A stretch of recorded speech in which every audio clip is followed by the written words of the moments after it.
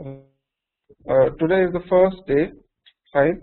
Well, the most very common and very basic question which people ask me is that I'm sorry, is that what is Selenium, right? The very basic question which most of the people ask is what is Selenium basically, and what all can it do, and what are the various components of Selenium, right? Well, I'll answer this question first. And like some people ask me a question like, hold on, people were asking me before the class as well, what is Selenium? What are the components of Selenium? And do I need to learn programming in depth? Okay, so like this is the first way, and this kind of question is asked by almost 3 to 4 guys, okay, during the private chat conversation, right? Now, Selenium is an automation testing tool. It's quite an old tool, and it only works for web-based applications. This is an open source tool. You don't have to pay in order to use it, right? And only thing is, the only you can say drawback is that it only works for web-based applications. It cannot be used to automate your desktop-based clients like Skype or something. If you talk about a tool like Qtp, which is a paid tool, it can be used for web as well as desktop-based applications. Selenium is a tool which is only used for web-based applications. Right? Now, what are the components of Selenium? And another question is, what is the architecture of Selenium as a tool? Okay, I'll first answer this question. What are the components of Selenium? Right? Look, I'll tell you the story from the very beginning when this tool started. I first worked on this tool somewhere in 2007. Okay, at that time we used to have these components. One was Selenium RC. Another component was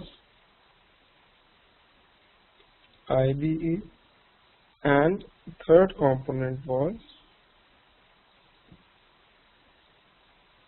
Grid. Okay. Now IDE as a tool, it's still there, fine.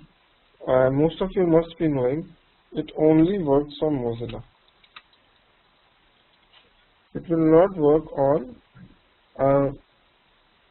multiple browsers, and IDE as a tool has got a user interface.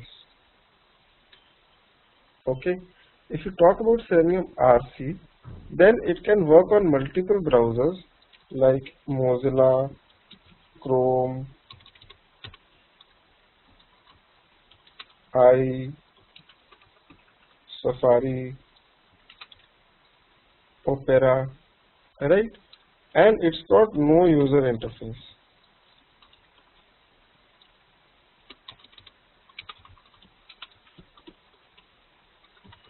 Okay, but in order to work with Selenium RC, you need to learn a programming language. You need to learn a programming language, like you need to learn either Java or PHP or C#, .NET, right? You have to learn Perl or PHP. It can be implemented in many languages, right? So, but the primary language which is used is Java. Why Java is used, I will tell you, right? This does not mean that if your website is made in Java, then you have to use Selenium RC with Java. It does not mean that.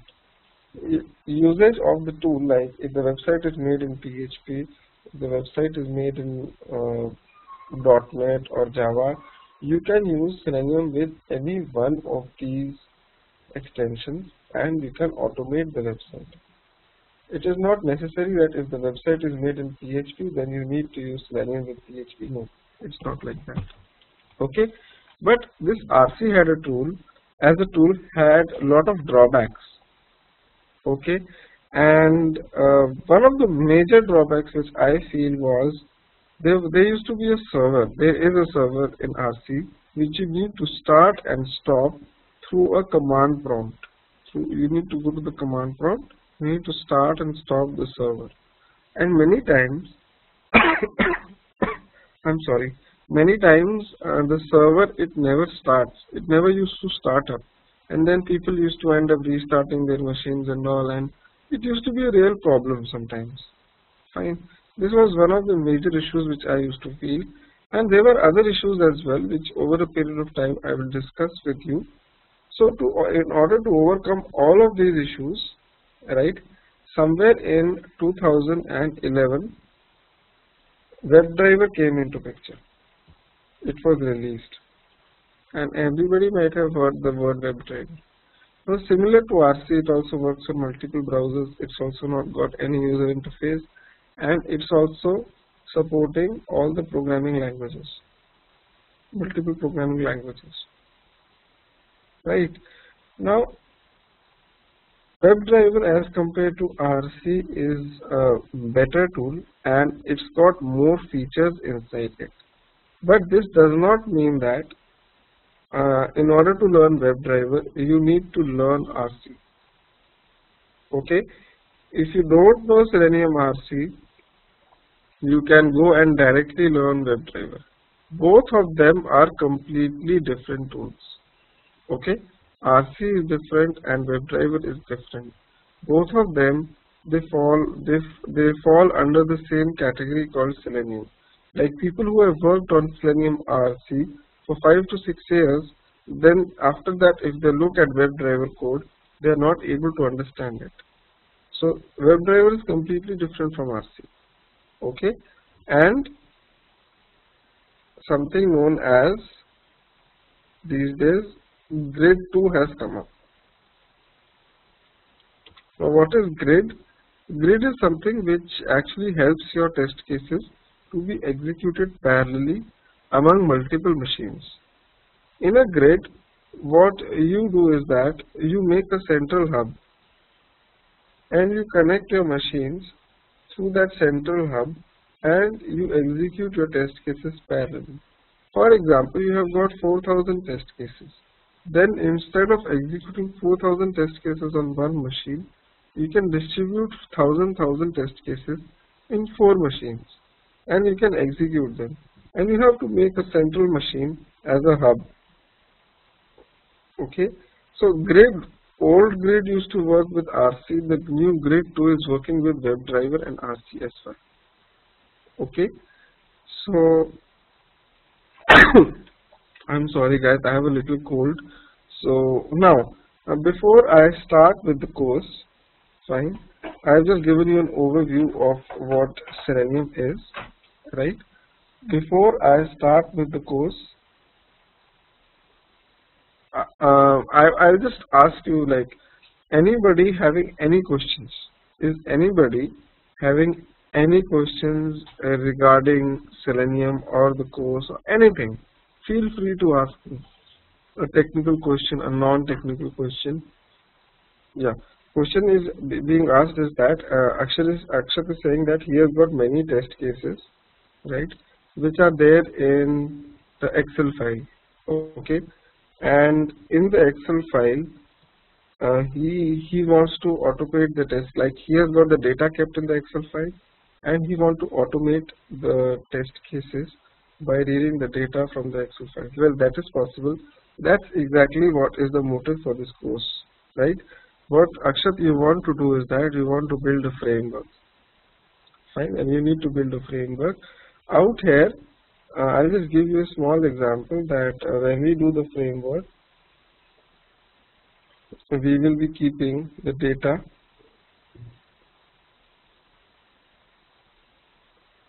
something like this. This is just a dummy example in front of you.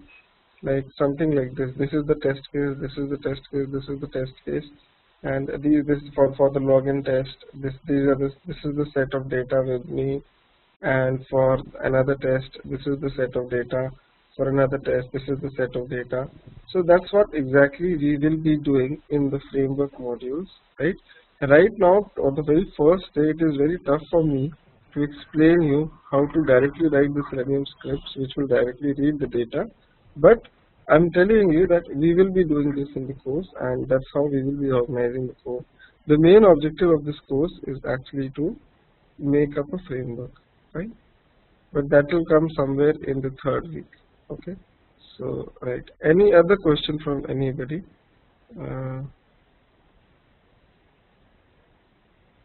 Okay. Right. Anything else?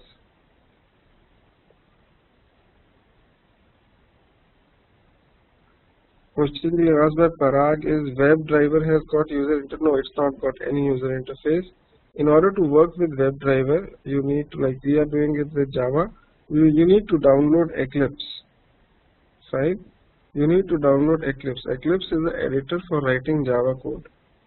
It is used by developers as well to make websites and to make some desktop-based applications using Java. So you need to download Eclipse for that. You can go to Google, and this is the first step in learning Selenium, that is you need to download Eclipse. Make sure Java is installed on your machine, and if you are having a 64-bit machine, hold on, please note, if you are having a 64-bit machine, you need to install JDK as well, Java Development Kit. From here you can install JDK, otherwise simple JRE will do. Okay. Now after downloading and installing this, you can download Eclipse. Eclipse is the interface for WebDriver. Out in Eclipse we will write the code. You go to this Eclipse downloads link and hold on, it's opening, it is slow.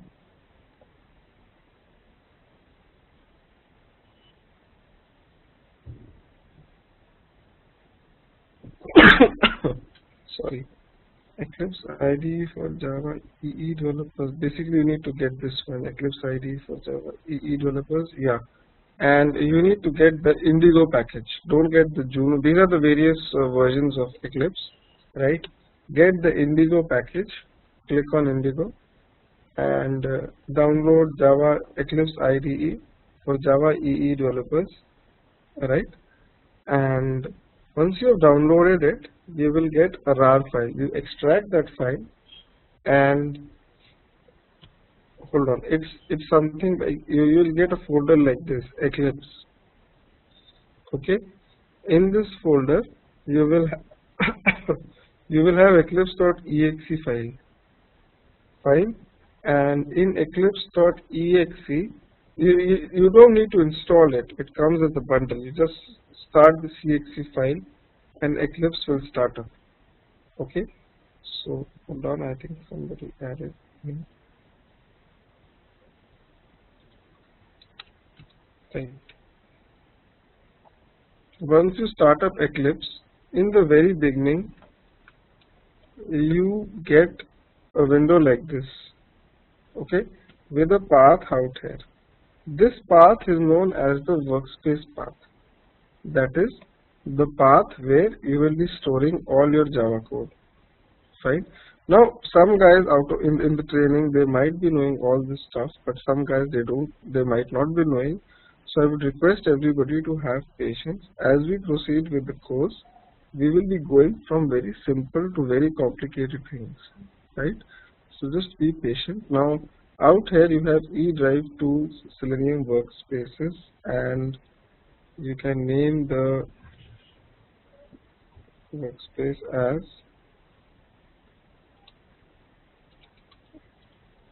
Jan weekday. So whatever code I will be making throughout the course, I will be storing at this location. Okay, you click on OK and Eclipse will start up. Now WebDriver, as the question was asked, has WebDriver got any interface? No, WebDriver has got no interface. The code is simply and directly written inside Eclipse. Eclipse actually is the tool, right? This is the welcome screen of Eclipse. You can close this, okay? And Eclipse is not meant for Selenium. It is meant for Java developers. But because Selenium can be implemented in Java, we can use Eclipse as the editor, right? Now, out here in Eclipse, in the central portion over here, we will be doing the coding. On the left side out here, I will be storing all the projects, and at the bottom, you will see the outputs. Okay, right? So now, before I start up with Eclipse again, I'll again ask, like, anybody having any questions till now regarding Selenium or regarding the course or regarding Eclipse, regarding WebDriver, anything?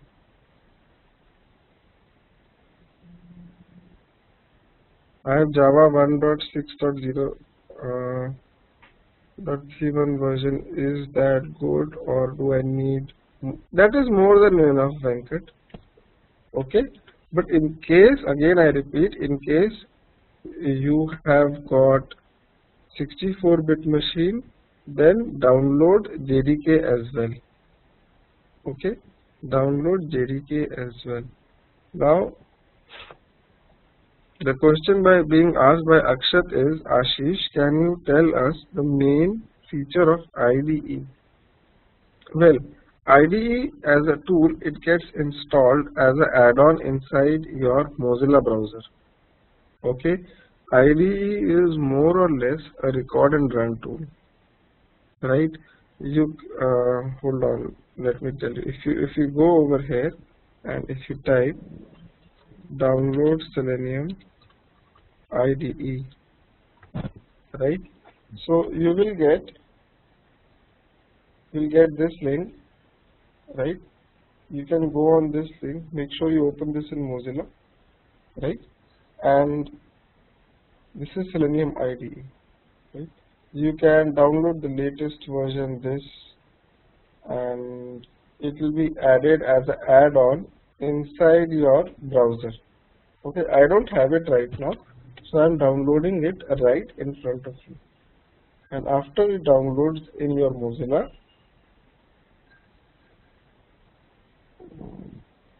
Selenium IDE, you click on install now and restart your Mozilla browser. Okay, so what will happen is that under tools, Selenium IDE, you will find a tool like this. This is Selenium IDE. This only works on Mozilla. This is the record run button inside it. When you click on it, it will say that now recording. Suppose I go to the website bbc.com and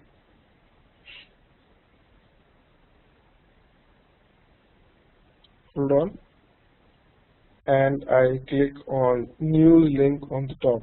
So what will happen is that, hold on, start recording.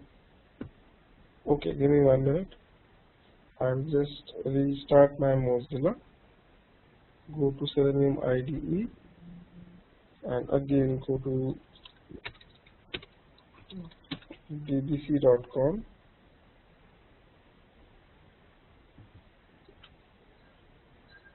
Start recording.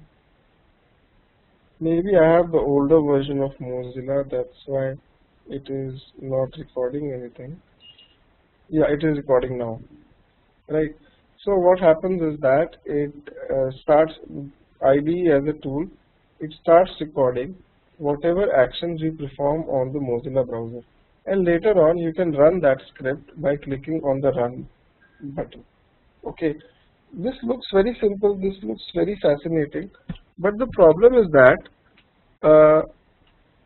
it's not a tool which can be used to automate around 1000 or 2000 test cases.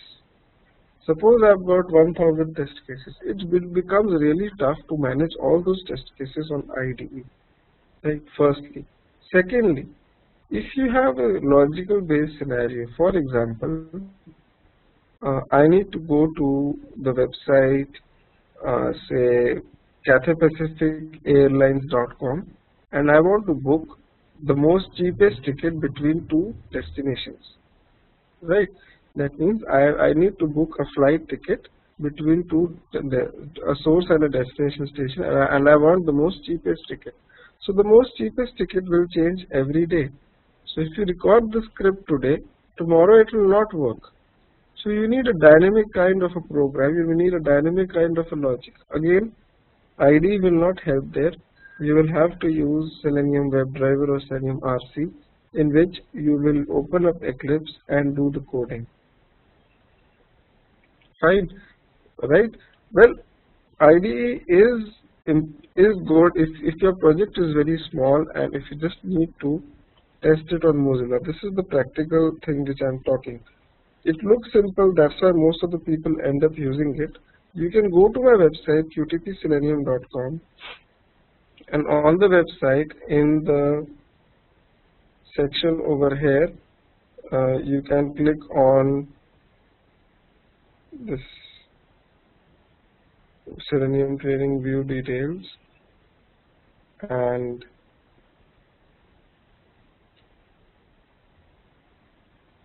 you can click over here. 10th video is Selenium IDE.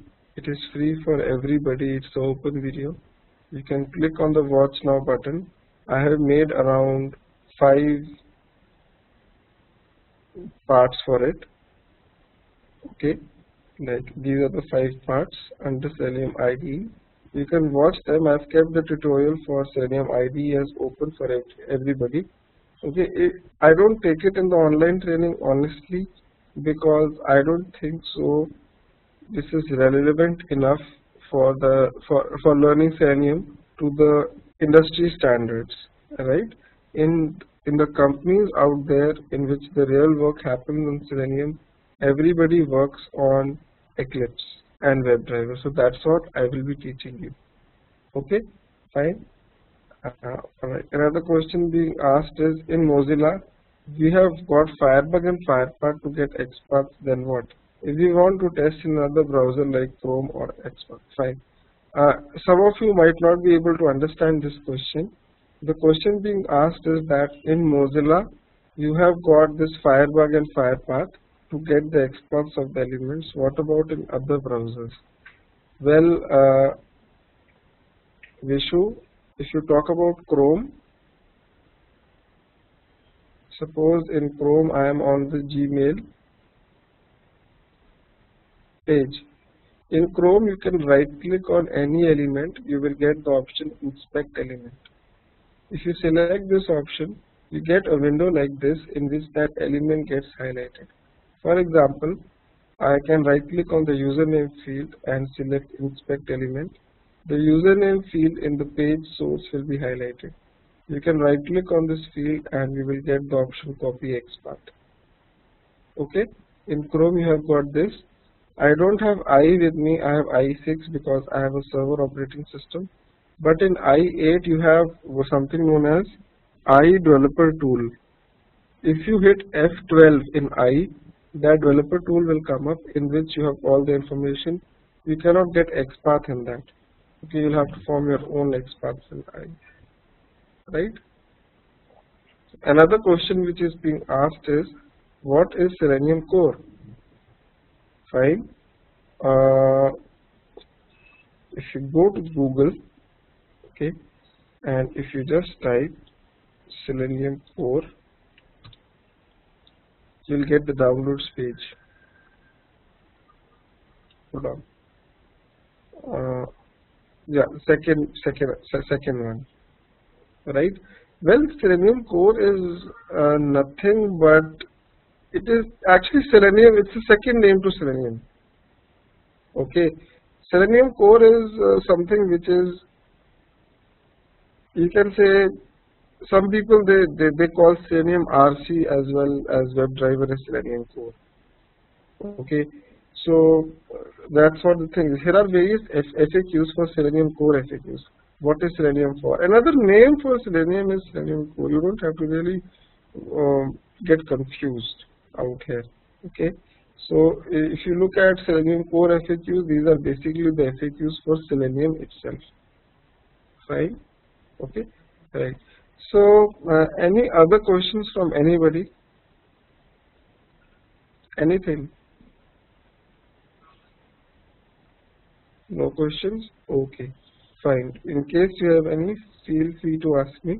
What I'll do is I'll make the first Eclipse project now, and I will start talking about Java language first.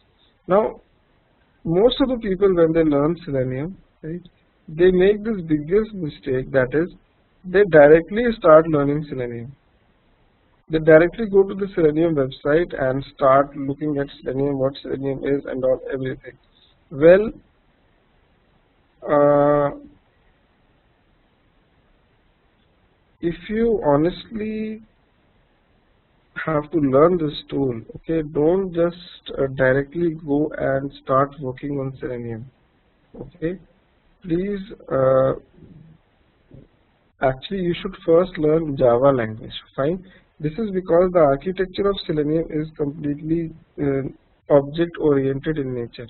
If I go to the Selenium website, okay, if I go to the Selenium website and if I look at this Java client driver, the latest version is 2.28. Okay, Java doc is the documentation of Selenium, right? Many times people, they come to me and complain that the documentation of this tool is not very good, so they are not able to understand this tool. It's not like that. The documentation is complete, but it's little bit technical in nature. If you look at this Java doc, then this is the Java doc. Okay, and these are all the classes in Java doc. Right now, these all classes out here are actually the ones with which you will be working in Selenium. But to understand what they do and what they are, okay, some of them are in italics, some of them are like normal classes. You need to understand the concepts of object-oriented programming in Java language. So that's what I will be doing right now. Okay, I'll start off with the Java language. I will concentrate on Java language, and then I will move over to Selenium, most probably by tomorrow or day after tomorrow. Let's see how much time it takes. Okay, so let's make the first Eclipse project. Okay, don't do the mistake that even if you think that I know Java, I know 50% of Java and 50% I don't know, that will not help you out. Okay, half knowledge is actually worse than full no knowledge, right? So better is that you brush up your Java skills and then start Selenium. Fine. So the first project in Eclipse can be made by going to File, New, and go to File, New, and go to Other. Okay, or you can right click on the Project Explorer window over here. You can right click, get New, select project. Okay, other or project, anything you can select, and you can select the type of project. Under Java, you can select Java project. Okay, click next, and give a project name. I'll give the project name as Day-1.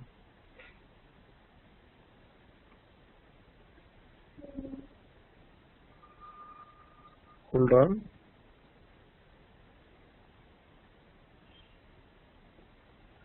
Right. So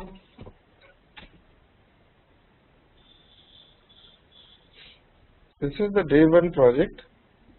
Okay, and on the left hand you will see the project being made. If you expand this, you will see a source folder and JRE system library under this. Okay, JRE system library is actually Java which is installed on your machine, and source is the folder in which you will keep all your Java code. If you right click on the project, if you right click, you'll see a lot of options.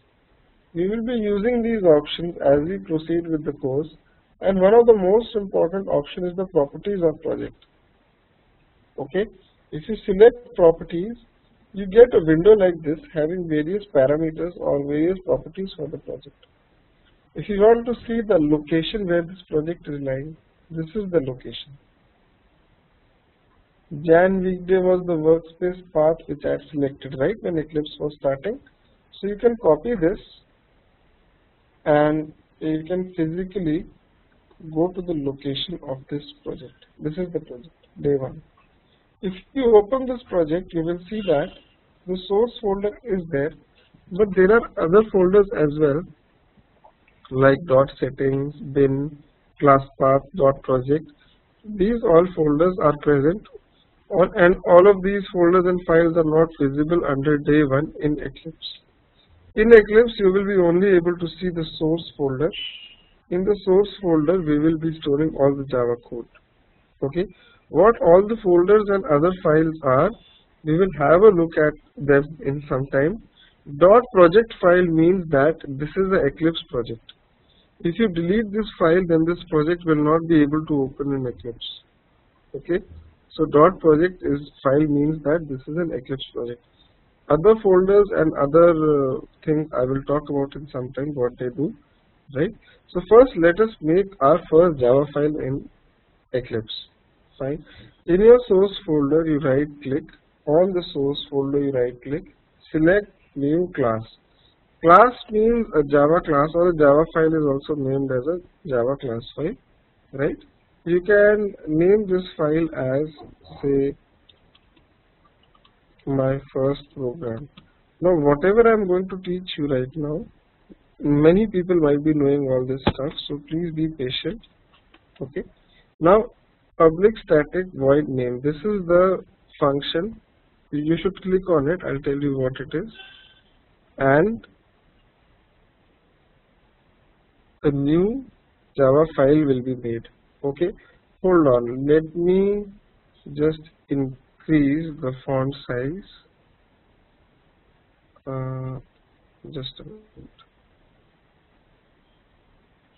Window preferences.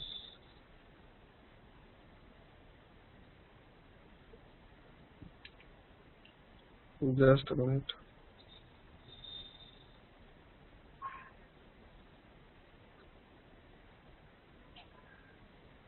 Yeah. So if you look at the code which is generated, this is the code which is generated. Public class my first program, it's under a bracket, and public static void main function, which is having this code. Okay.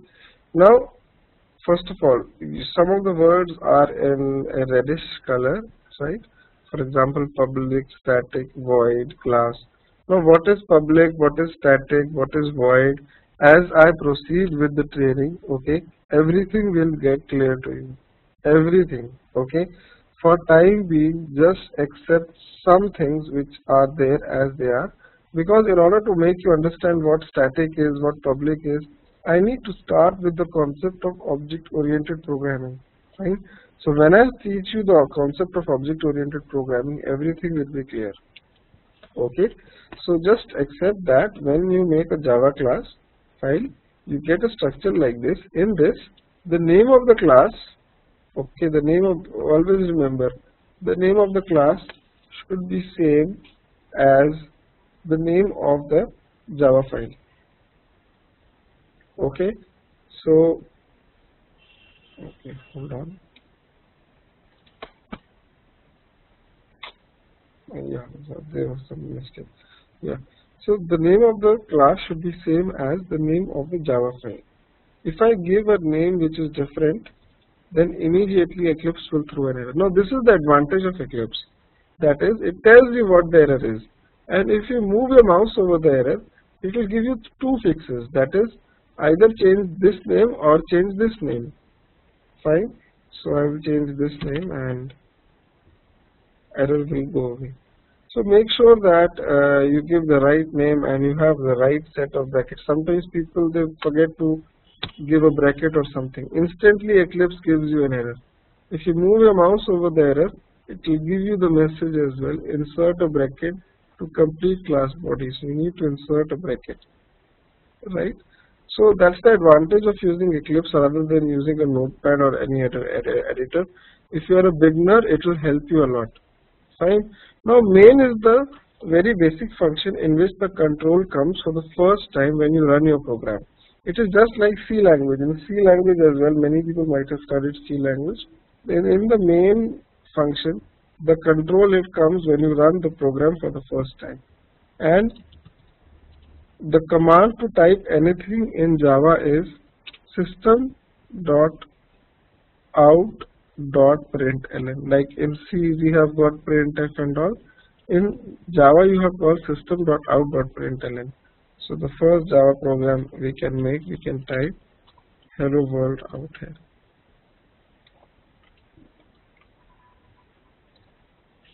Right? The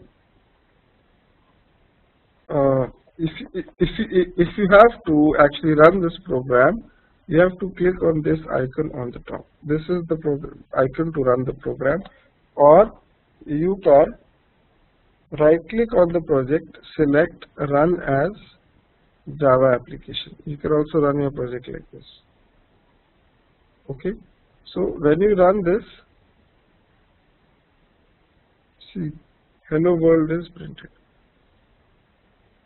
Okay, so this is a very simple thing. The command to type is system.out.println. The shortcut is you type syso and then hit control spacebar. Okay, you have I'm sorry, you have to type syso then hit control spacebar. Okay, I'll talk about little bit about the data types in Java, what all the data types and all are available. Fine. So like if you have to store an integer in Java, you can use int, like I'll write int a equals to 100. Right? You can also use long in Java to store a number, integer. The difference is that the size. Long is bigger than int. Okay? You really don't have to go into depth how big is it or something like that.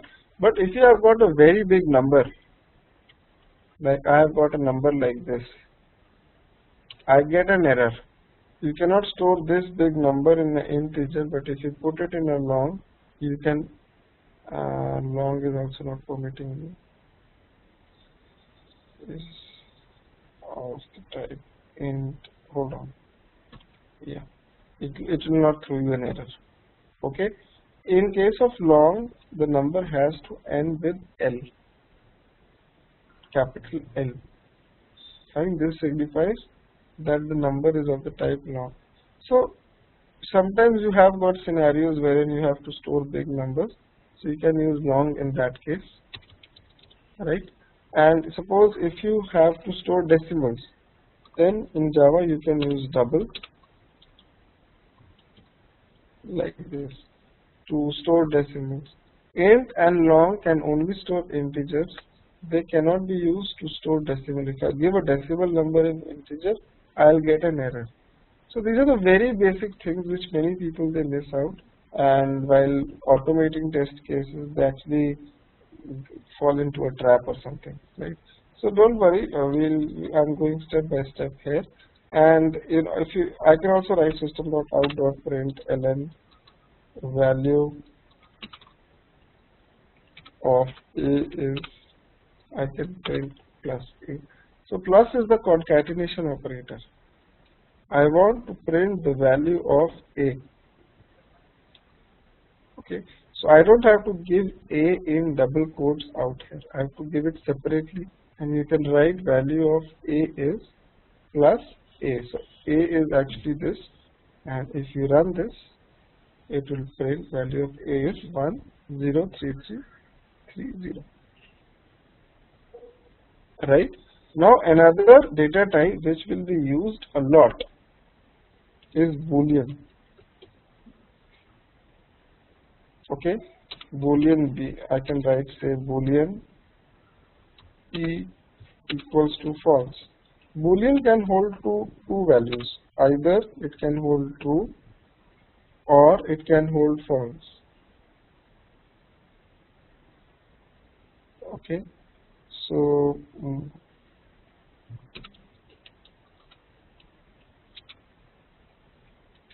So Boolean can hold two values, either true or false. What does it mean in detail is like, hold on, I'll tell you.